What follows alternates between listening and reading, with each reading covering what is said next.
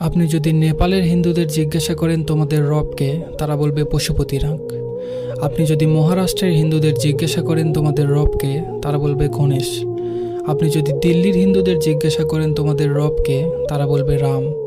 আপনি যদি বিহারের হিন্দুদের জিজ্ঞাসা করেন তোমাদের রবকে, তারা বলবে শঙ্কর। আপনি যদি বাংলাদেশের হিন্দুদের জিজ্ঞাসা করেন তোমাদের রবকে, তারা বলবে মা দুর্গা। আপনি যদি গুজরাটের হিন্দুদের জিজ্ঞাসা করেন তোমাদের রবকে, তারা বলবে কৃষ্ণা। আপনি যদি জুনুবি ভারতের হিন্দুদের জিজ্ঞাসা করেন তোমাদের রবকে, তারা বলে মুরগুন বালাজি। কিন্তু আপনি পৃথিবীর যে কোনো দেশে চলে যান, যে কোনো রাষ্ট্রে চলে যান, সেখানে থাকা যে কোনো মুসলমানকে আপনি জিজ্ঞাসা করুন যে তোমাদের রবকে, তাদের থেকে আপনি একটাই উত্তর পাবেন, আল্লাহ।